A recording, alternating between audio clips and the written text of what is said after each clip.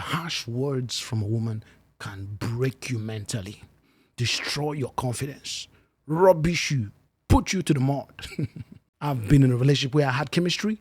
I've been in a relationship where I didn't have so much of a chemistry, but I had peace of mind. Bro, I think the peace of mind, I will run to it any day, anytime. Guys, welcome back again to another YouTube video. My name is IK. If you're new, welcome to the channel. In this particular video, I'm going to be sharing with you 5 things I learned about myself from my exes. Okay, guys, these are 5 things that I learned and realized about my life, about me personally, from dating and having dated a couple of women in the past and broken up with them. Okay, these realities a lot of you may have had, but I'll be sharing with you from a personal standpoint. And these things that I learned have made me discover myself a little bit more and know what exactly works for me and what doesn't, and the type of individual that I am. And I want you to stay to the end of this video because I'll be sharing these 5 things and you don't want to miss any of them coming up.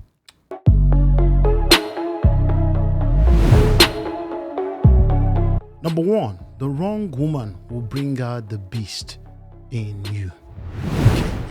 I'm also reflecting that to you right now based off of my own experiences. I believe and I've seen and I've experienced the fact that the non-ideal woman for you will bring out the bad, the beast, the ugly in you. This is a hard reality. There is a beauty and a beast in all of us, especially men. A man can be urged, beckoned. The side of you that's beautiful, that's lovely, that is caring, can be beckoned by and from a woman. This is already on the fact that you are a relatively good person at heart, a relatively good man at heart. That's what I'm speaking on the basis right now. But there's also the bad, the ugly. Okay, from my own experiences, I've seen that there's a pattern with certain women that I dated. There's a connection between them that brought out the ugly in me. There's a similarity between most of them, and this inevitably brought out the terrible side of me that I never even knew was there or existed. Okay, guys, you have to keep this in mind. The wrong woman will bring out the beast in you. You will see yourself begin to turn to somebody that you never knew you were. You never knew you had the capability, the capacity to be that kind of individual. But suddenly, this is where we are. You've become somebody who is enraged, somebody who is furious, somebody who is always picking fight, somebody whose temperament is no longer coordinated. You've become extremely emotional. You've become extremely reactive. You've become extremely sensitive. There are so many things that the wrong woman will bring out in you. This is not entirely a blame on a woman. She doesn't control you and your life. You have to be able to take hold of your emotion. But I'm telling you, the non-ideal, the wrong woman will feel that side of you that's not so good. And it's going to be portrayed for the world to see. You would inevitably become the villain. Long distance relationship doesn't work. Guys, it just doesn't work. They don't work for me, and I don't support, I don't encourage any guy to be in a long distance relationship. What is that? Temporarily, if you guys are separated for a moment, and maybe it's built into something serious. This is if you guys are separated and you guys have always been together, but you're separated temporarily for a moment when you are at a serious stage. That's fine. But you're just starting to know someone, or you guys are still in the first year of getting to know each other, a few months in, and you're already long distance, or maybe you even started off long distance. You're just kidding yourself. This isn't going to work. This isn't going to work. I've seen myself be in this situation, and I'm like, yo, this is not going to work. I need my partner physically with me. Yeah, this is absolutely important. Somebody you're not seeing, you're going to once in a while feel that space, that vacuum that's missing. And it's not good for you as a man. It is not good for a man to be alone. Yeah, even if you're married, it doesn't solve the problem anyways. You could be married and still be in a long-distance relationship. This is not the kind of relationship you ever want to be in. This didn't work for me. It didn't work for me. This is one reality that I've something that I learned from dating, different people, from dating girls in the past, dating people who are far away, in other states, dating people who are far away in other cities, dating people who are far away in other countries. This is not a sustainable relationship, especially on the long term. I don't encourage any man to venture into that sort of setting. It will create room for cheating. If she doesn't cheat, you cheat. If you don't cheat, she'll cheat. It's only a matter of time. You are delaying the inevitable. If you guys don't get together soon and start building a life together, if that's what you want. This didn't work for me. And I'm not portraying my own beliefs or my own experiences to people. I'm just encouraging you. A long-distance relationship isn't the most ideal setup. I realized that my threshold for laziness and foolishness is pretty thin. I have zero patience for people or for a woman who is laid back and not agile, not really up and doing. This is something that, one of my exes, when I started dating her, I know she used to walk very slowly, drag her legs, and always be behind me. I had to fire up, pick up your pace, yeah.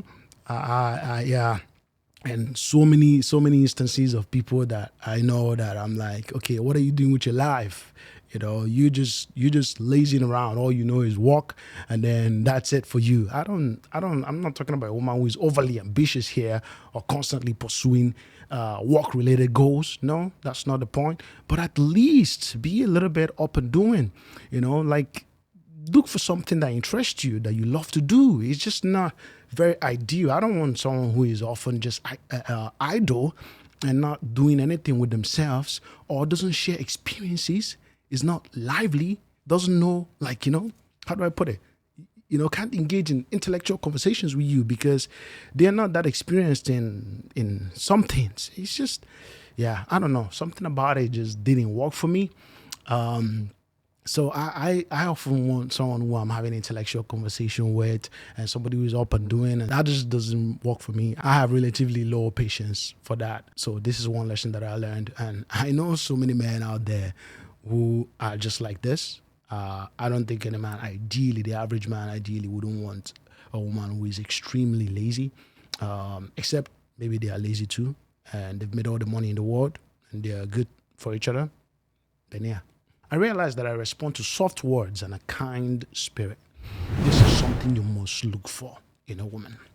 The harsh words from a woman can break you mentally, destroy your confidence, rubbish you, put you to the mud, make you feel meaningless, worthless, useless. Yeah, when you date a woman who talks so strongly and calls you names, no, you don't want to ever be in this position as a man. Yeah. There's one lesson I learned. I'm like, I would date a woman who is actively encouraging. This is one of my love languages, words of affirmation. I'm not saying, always saying you love me, you love me, you love me. No, that's not what words of affirmation is. It means encouraging words, being there for that person, and using your mouth to encourage and not destroy. Many women don't know the kind of power that is in their mouth. They use that to destroy instead of to encourage. This is one reality something that I've experienced. Any woman who just speaks carelessly, no way. I can't stand it. I'm done. I'm out. No matter how good or other qualities you have and how good looking you are, it just negates, that just negates every other thing, puts every other thing to the background. Okay? For me, it's like, I need somebody with a kind spirit. You need a woman with a kind spirit. I can't say this enough. You're going to err. You're going to come short in so many ways. You're not always going to be perfect and upright as a man, but you need a woman who is patient and kind with you. Just her state is kindness. That's what we're talking about here. Her state. She can't help but be kind and a good person. She can't help it. This is the kind of thing you look out for. Not the ones who are always ready to pounce and attack, waiting for you to err, to destroy you. No, that's not what you want. I learned that I will choose peace over chemistry. Peace of mind over chemistry. I can think of two ladies, and compare and be like, oh, one of them I had so much chemistry with, especially when the relationship started. We were so in love and consumed by so much emotion. We were feeling so much for each other. And we used to say, I love you all the time, and all those lovey-dovey, moments. But hey, that was the chemistry we're talking about. But everything was bad. Highs and lows. Extreme highs, my brother. Extreme lows. You don't want that. You do not want that. Yes. I learned from my relationships that peace of mind is more important than chemistry. If you find somebody who gives you peace, and you guys are stable, and you guys trust each other, and you guys are comfortable, and you guys love each other and adore each other, you respect each other for who you are, this is more important. Think about it for a second. It's more important than all the chemistry you have, all the sexual chemistry you think you have with this girl, the good looking and very beautiful, and you guys look good together to the world. You don't want that kind of setup if the peace of mind is missing. If the peace of mind is missing, you don't want that at all. This is one thing I learned for myself. I've been in a relationship where I had chemistry. I've been in a relationship where I didn't have so much of a chemistry, but I had peace of mind. Bro, I think the peace of mind, I will run to it any day, anytime. These are some lessons that I learned from my relationships and my exes. Guys, if you're new to the channel, welcome. I hope you stay. I hope you like the video. I hope you share with your friends and your family. And I'll see more of you around. Take it easy.